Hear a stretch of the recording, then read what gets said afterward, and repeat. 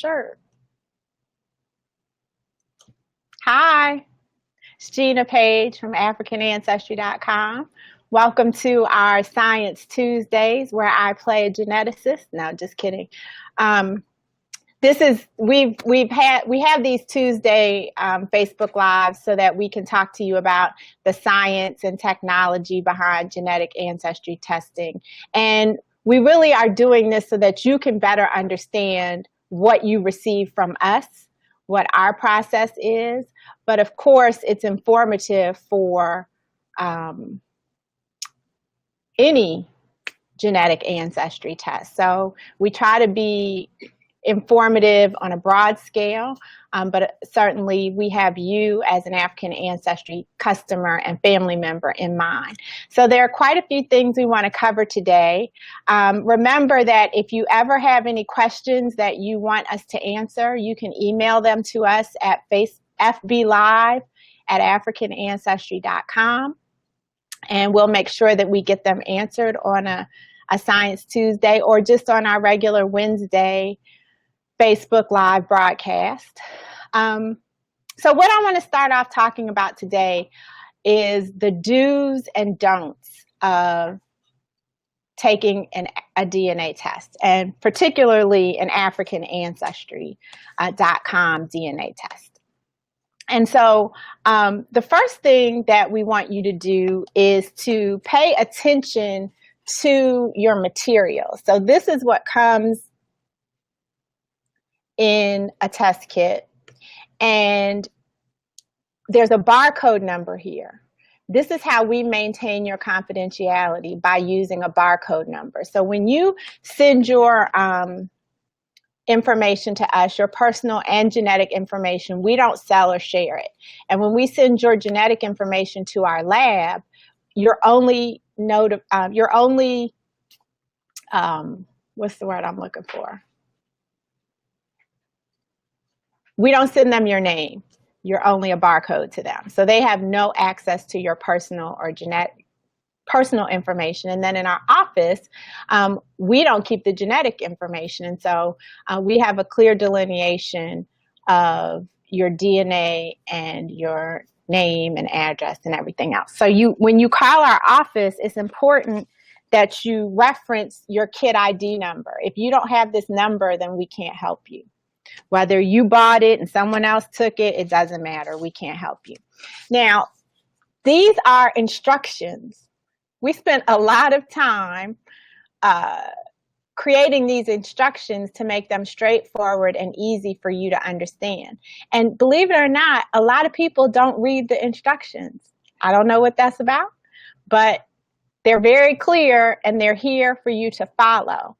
So we want you to read the back panel of your test kit, okay? This is where the instructions are. I think you can do that. Yes, you can do that.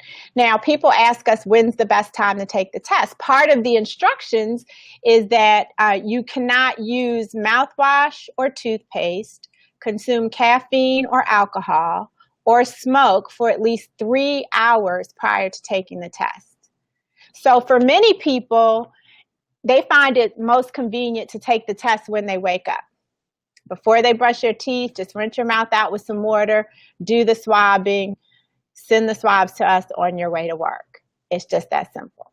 So that's why you have to read the instructions so you know what not to do when you do the swabbing. Now, if you have any of those things, if you end up forgetting that you had a cup of coffee and it hadn't been 3 hours, or a Red Bull or chocolate or a cigarette, whatever it is, then our lab will know.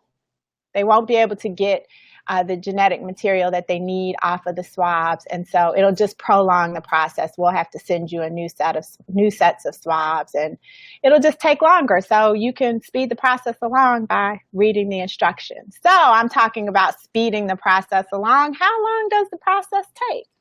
So it takes approximately 6 to 8 weeks from when we get your swabs back.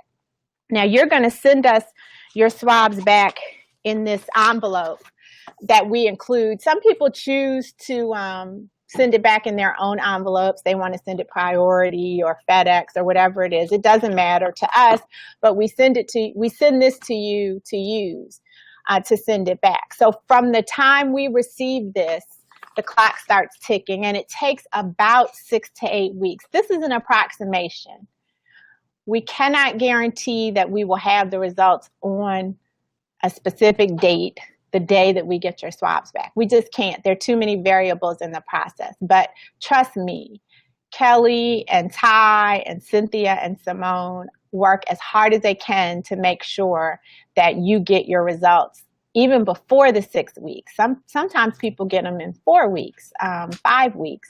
So it really just depends. But when you take our test, we send you email updates. So a lot of people say, I haven't heard anything, but that's because they didn't check their email. So if you do decide, when you do decide to take a test with us, please make sure that we don't go into your spam. Please put us on your white list. I think that's what they call it. Why is the good list called the white list? Not for this broadcast.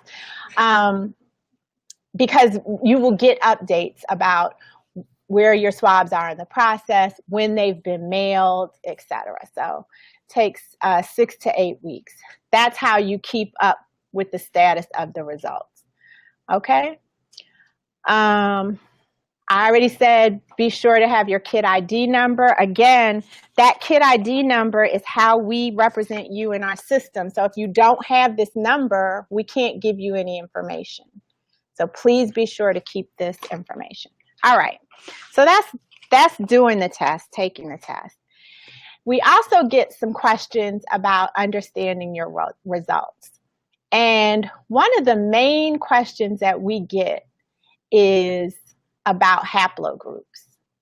People who take our test have questions about haplogroups. People who don't take our test have questions about haplogroups. And so I'm going to do my best to explain to you haplogroups now. Now, one of the things that we also have to point out is that other companies only give you a haplogroup. That's the extent of the information that they give you. While we give you a haplogroup, we also give you much more informative information. So let's start with something called a haplotype. And I guess I should put this in here. Haplotype. A haplotype is a set of DNA, a group of genes that we inherit from a single parent. And that set of DNA has something in common, whatever it is. And so it's considered to be a haplotype. And then scientists have grouped haplotypes that have the same sort of defining characteristics into a group, and that's called a haplogroup. So all of the haplotypes within a haplogroup share a common ancestor. Okay, so you've got haplotypes that are aggregated into these things called haplogroups. And then scientists use the haplogroup to define populations. So they say this haplogroup is found in this population, in this geography in the world. And they do that for both mitochondrial DNA lineages, which you learned last week represent mother to mother to mother to mother. So haplogroups, mitochondrial DNA haplogroups have common ancestry maternally. And then they also do it for Y chromosome, Y DNA haplogroups. They share a common ancestor paternally. So I'm going to show you something now. I wonder if I can go down.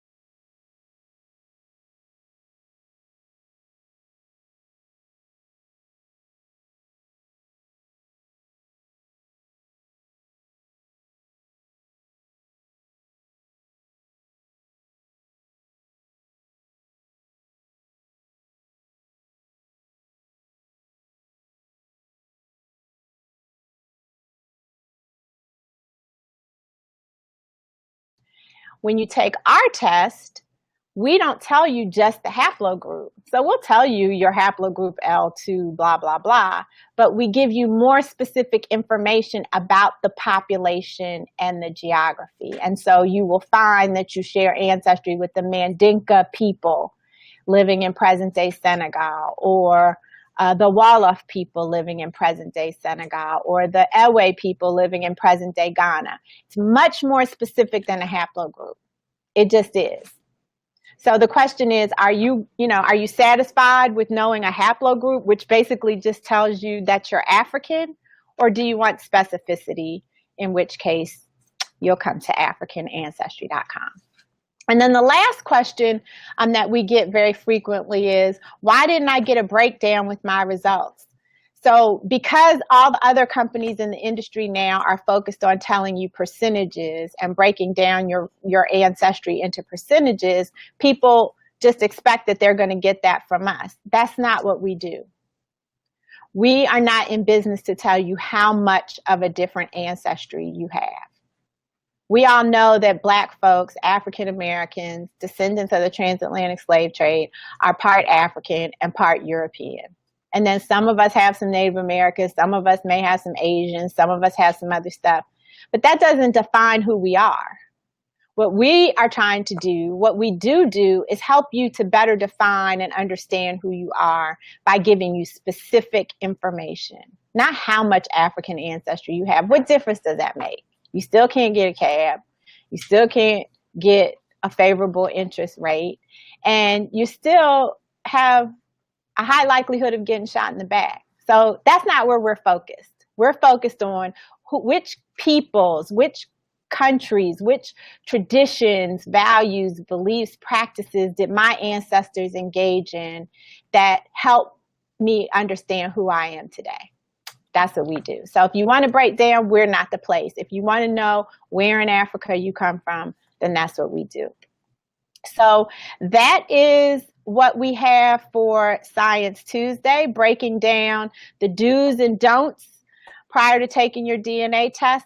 The main do is read the instructions and keep your black brochure so that you have your kit ID number. Oops, I'm trying to figure this out. Everything is kind of backwards here.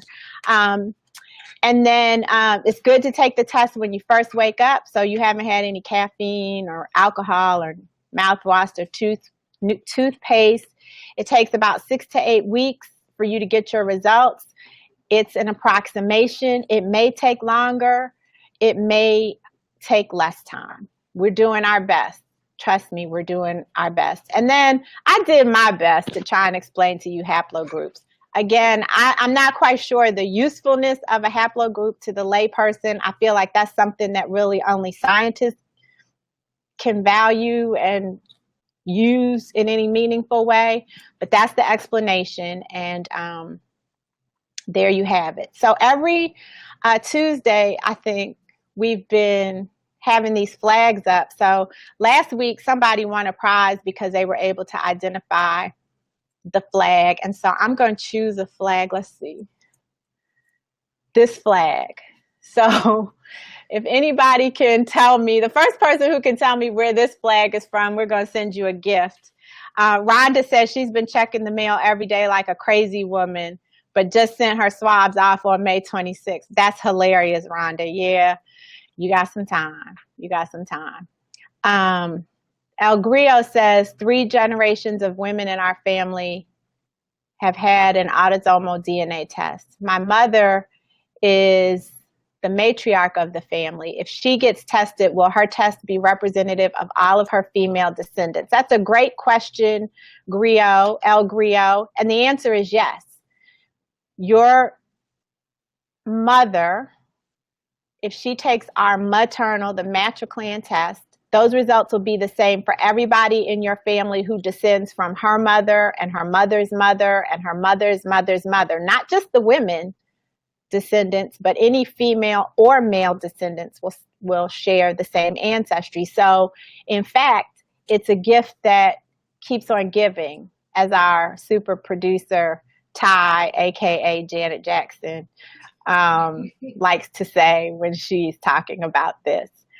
Shout out to Ty Brooks. She is holding it down for our new type of Facebook Live. And yeah, we were playing Janet Jackson for her earlier because she wants to be in control. Okay. Eddie Meeks, nope, that's not Nigeria. Anybody else got a guess for where this flag is from? It's not West Africa, and it's not East Africa. And yes, Hussein Latif, you got it. It's the Central African Republic. Hussein is a longtime African ancestry family member. In fact, we just talked to you earlier today, so thanks for joining us. Ty will send you a prize. Okay, so I think that's it. If there are no more questions, please remember that you can email us any questions you want to make sure we cover at fblive@africanancestry.com. And we'll be back tomorrow for Black Music Month. We'll have a special guest, hopefully, and we are going to talk about that person's top 5 jams. So that's your ancestry. Oh, A. Noble Clark. Oh, you're Senegal. Okay. Represent for Senegal. All right. So until tomorrow, until next Tuesday, whenever you join us, have a great week. Thanks.